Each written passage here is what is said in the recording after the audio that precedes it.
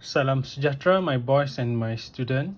Hari ini cikgu sambung chapter unit 11 Malaysia unggul di mata dunia, lebih berfokus kepada peperiksaan.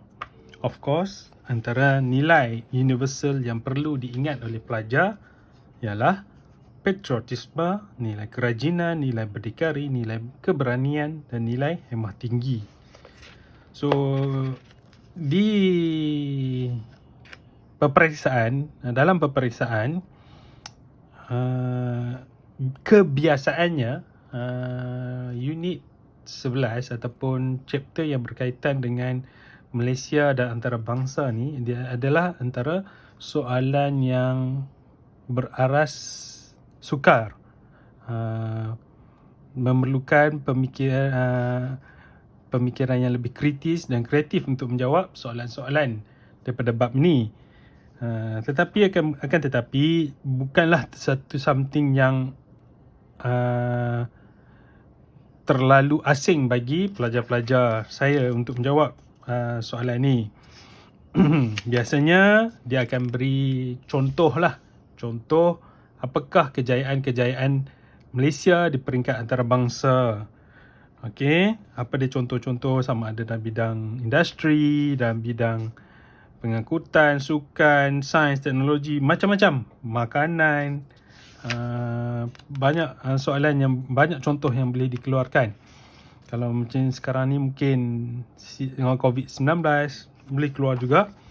So mungkin antara soalan dia, macam mana cara seseorang dalam situasi tersebut untuk berusaha untuk mengharumkan nama negara di peringkat antarabangsa. Contohnya atlet sukan negara, apa perlu dia buat?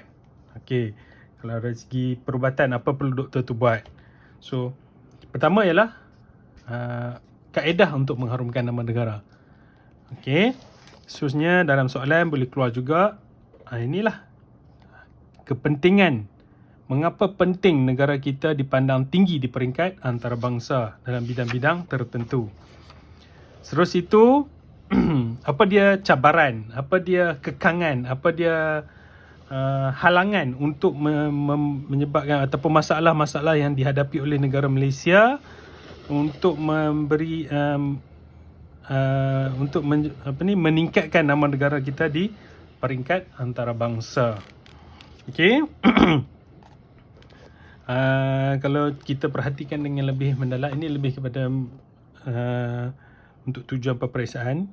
Masyarakat sering mengkritik dan menganggap bahawa seseorang atlet yang tidak berjaya dalam sesuatu pertandingan antarabangsa telah memalukan negara di mata dunia. Ini bukan saja Malaysia saja ni, the whole world pun macam tu. Baru-baru ni pemain-pemain daripada London, daripada England kalah.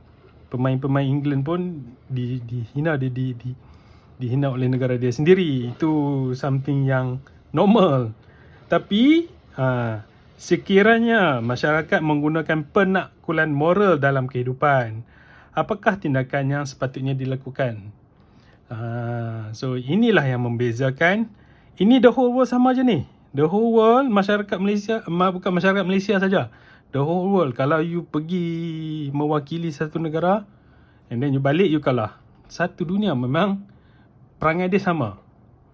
Memang akan rasa macam, what you have done, you bukan perform yang terbaik pun. Okay, the whole world sama. Tapi untuk kita memastikan negara kita ni lebih maju ke hadapan adalah segi pemikiran, moral kita ni. Kalau kalah di peringkat antarabangsa, kita taklah rasa seronok kalah, tapi kita ada rasa sedih sikit. Tapi at the same time kita kena hargai juga usaha-usaha yang telah dibuat.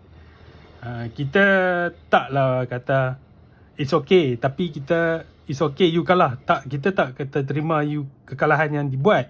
Tapi at the same time kita tak hina dia dari segi, atau kita tak cerca dia dari segi usaha yang telah dibuat. So itulah nilai-nilai moral yang perlu diterapkan dalam rakyat Malaysia sekarang ni, menyebabkan kita akan menjadi negara yang lebih hebat dipandang di peringkat antarabangsa.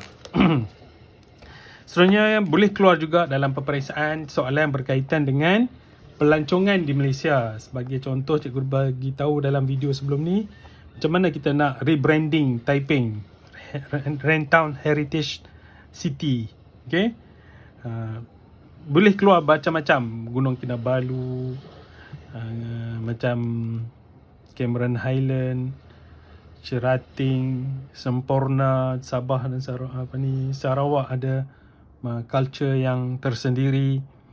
So ini adalah kempen pelancongan.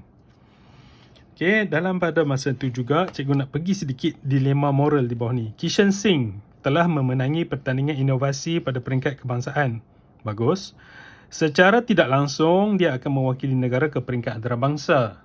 Selepas meluangkan masa selama beberapa bulan untuk membuat persediaan bagi pertandingan tersebut, Kishan Singh telah terlibat dalam kemalangan jalan raya yang mengakibatkan kakinya patah. Kishan Singh berada dalam dilema untuk meneruskan penyertaan dalam pertandingan tersebut. Jika anda Kishan Singh, apakah tindakan yang patut anda lakukan? Kalau saya Kishan Singh, of course lah saya takkan melepaskan peluang untuk bertanding di peringkat antarabangsa. Ini satu benda yang sangat berharga dalam hidup, bukan senang nak dapat. So, soalan ni, kalau you Kishan Singh, apa yang you akan buat? So, kita kena lihat dulu. Sekarang ni, dia menang di peringkat kebangsaan, akan mewakili Malaysia ke peringkat antarabangsa. Itu situasi pertama. Tapi, keadaannya, situasi terkini ialah kakinya patah akibat kemalangan. So, yang patah kaki, mulut boleh cakap, otak masih boleh berfikir, badan masih boleh bergerak. Kaki patah. Kalau kaki patah bukan benda yang sangat besar sekarang ni. Sebab saya boleh cakap macam tu sebab saya ada pengalaman patah kaki. Dengan kemudahan atau kemajuan teknologi dalam bidang ortopedik di Malaysia ni, kaki you patah within beberapa hari you sudah boleh berjalan. Tapi dengan alat bantuan lah, bukan berjalan seperti orang biasa. You boleh guna tongkat, you boleh guna wheelchair, you boleh bergerak.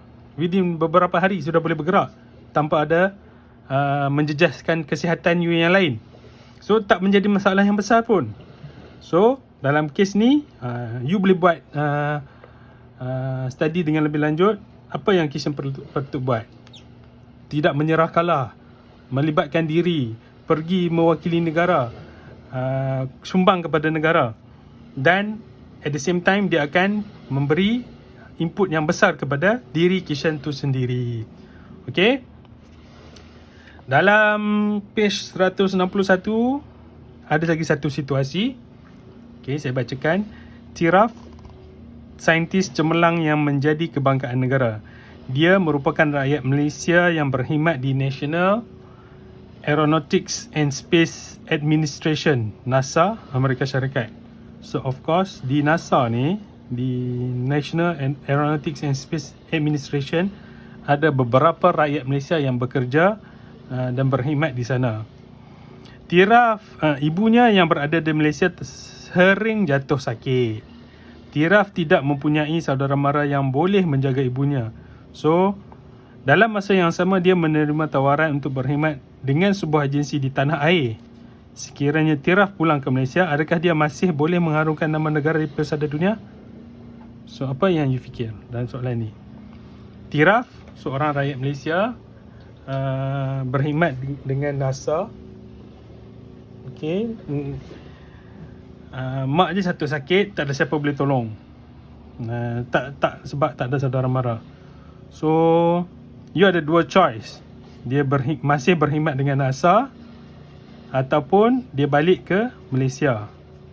Sebab dia dah dapat tawaran berkhidmat dengan sebuah agensi di tanah air. Okay. Kalau bagi saya, untuk menjawab soalan ini adalah lebih baik dia balik ke Malaysia buat masa ini. Kerana dia boleh berkhidmat, berbakti kepada ibunya yang sakit. So ini adalah something tanggungjawab kita sebagai seorang anak perlu laksanakan kepada ibu bapa kita. So bila dia balik, dia boleh take care, mak dia mungkin dia cari pembantu rumah. Semasa dia pergi bekerja, pembantu rumah ataupun nurse datang untuk take care mak dia, and then bila dia balik bekerja, dia boleh jaga mak dia. At the same time, bila dia bekerja di Malaysia, dia masih boleh menyumbang kepada nama Malaysia dengan dia berkhidmat di agensi di tanah air dalam bidang aeronautics. Memang boleh, of course boleh, sebab dengan kemajuan teknologi sekarang, kita boleh berhubung dengan secara maya dengan negara yang jauh melalui video conference, video call, tak ada masalah. Okay, kalau kita nak share sesuatu maklumat, share file, within seconds sudah sampai. Kawan kita di US, kita share maklumat, sana sekejap dah sampai, dapat, boleh baca. Dia pun boleh buat kerja yang sama macam kita. Okay, so bila dia balik, dia memenuhi kalau dia pergi ke dia balik ke Malaysia, dia memenuhi dua keperluan, iaitu mengharumkan nama Malaysia dengan masih menyumbang dalam bidang aeronautics, dalam masa yang sama masih boleh berbakti kepada ibunya, berbanding kalau dia berada di NASA. So ini antara benda yang bukan antara contoh situasi yang boleh ditanya dalam peperiksaan. Okay, populariti barangan luar negara menjadi saingan kepada barangan tempatan untuk menempa nama di persada dunia. Huraikan. Okay, ini cikgu dah pergi bincang lebih. Oh, tak nampak. Okay, ini cikgu dah bincang lama dah dalam video sebelum ni.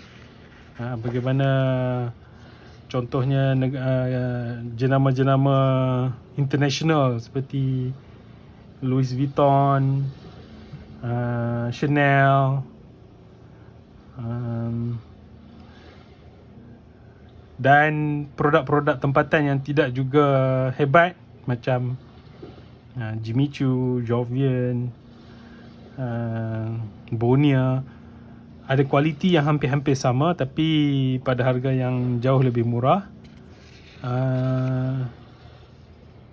Of course, kita perlu ini dalam bidang business untuk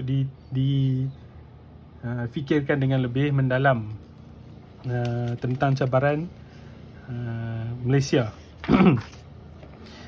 Selain itu, dalam buku teks ada menerangkan tentang gambar yang dimuat naik di media sosial. Contohnya kalau tengok sini, saya rasa kalau ada macam ni ialah Instagram lah. Sekarang ni yang media sosial yang selain Facebook, Instagram, Twitter, TikTok.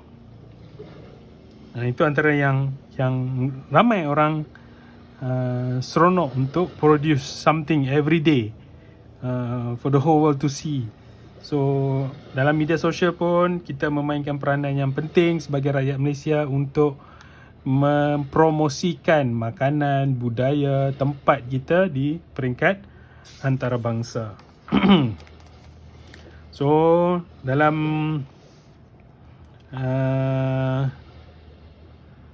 bidang yang dalam bab 11 ni ada cerita tentang ini pernah terjadi apabila okey, saya baca. Gambar di bawah menunjukkan ketekunan penyokong bola sepak negara Jepun lah, bukan negara J. Negara Jepun membersihkan stadium selepas kalah dalam pertandingan bola sepak. Ini of course the whole world know. Ini attitude daripada Japanese sangat mementingkan kebersihan. Kita sebagai seorang cikgu, sebagai seorang rakyat Malaysia dan sebagai seorang yang bermoral, kita kena menyokong attitude warga Jepun ni. Kalau boleh kita bermula di peringkat diri kita sendiri. Kita kalau nak ubah negara kita susah, nak ubah negeri kita susah, nak ubah masyarakat susah. Kita ubah diri kita untuk meniru budaya Jepun, mementingkan kebersihan, mementingkan kekemasan. So bila kita buat bersepah, kita sendiri yang bersihkan. Ini adalah menunjukkan attitude orang yang berjaya, attitude orang yang maju. So itulah antara, boleh tak? Okay, kita bincang lagi sikit dilema antara benda yang boleh ditanya. Kasiong telah menempah kereta import idamannya. Tak tahulah kereta apa ni, kereta import. Selepas seminggu, syarikat kereta nasional mengeluarkan sebuah model kereta baharu yang mempunyai spesifikasi yang lebih baik dan harga yang lebih rendah. Andaikan anda Kasiong, yang manakah pilihan anda? Justifikasikan jawapan anda. Okey, dalam peperiksaan, it's up to you. You nak, okey, dalam cerita ni, okey, ni cikgu nak bagi tahu tricks lah sikit. Okey, dalam cerita ni, Kasiong lah kita punya watak. Dia let's say lah, dia telah tempah kereta Honda City. Selepas beberapa hari dia dah tempah kereta tu, let's say kereta apa ya lah, Proton telah keluarkan sebuah kereta. Let's say kereta Honda City ni harga dia ialah 80,000 estimation lah, plus minus. Kemudian Proton keluarkan sebuah kereta baru, Proton Suprema R. tak wujud pun. Same spec, lebih ekonomi, same, everything same, lebih bagus, lebih murah, lebih jimat, lebih selamat, lebih kuat, lebih everything, pada harga 60,000. So manakah pilihan anda? Okey, ini cikgu bagi tahu trik untuk jawab peperiksaan. Walaupun dalam hati you sangat suka Honda juga, untuk jawab soalan ni, pilihlah Proton Suprema. Sebab apa?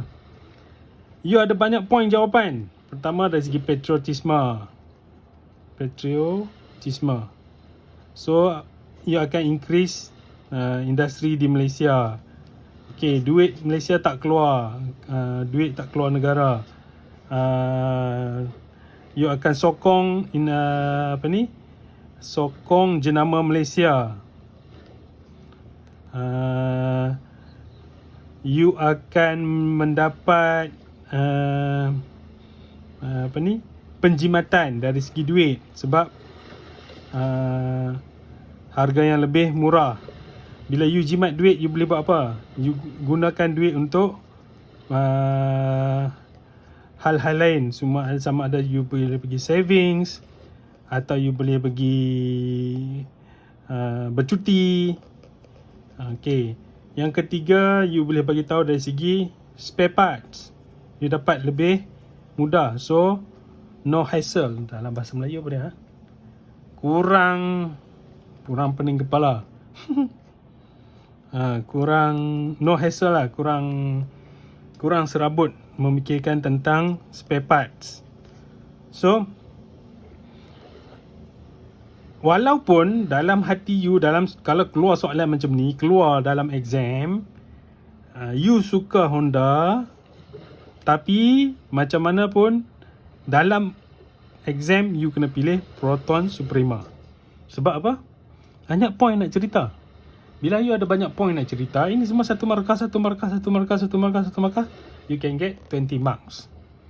Easily can get 20 marks. Kalau you pilih Honda City, apa you nak cerita? Teknologi sama, harga mahal. Of course you seronok. Sebab apa? Kereta idaman. Hati you seronok, memenuhi idaman. Tapi untuk you cerita untuk dapat 20 markah, bukan satu benda yang mudah. So antara benda yang penting untuk decide which one untuk you cerita, pilih, ialah elaboration of the answer. Okay. Cikgu rasa cukup setakat ini. Cikgu akan berikan latihan assignment. Sila lengkapkan assignment, dan kita akan berbincang lebih lanjut satu masa nanti. Sekian, terima kasih.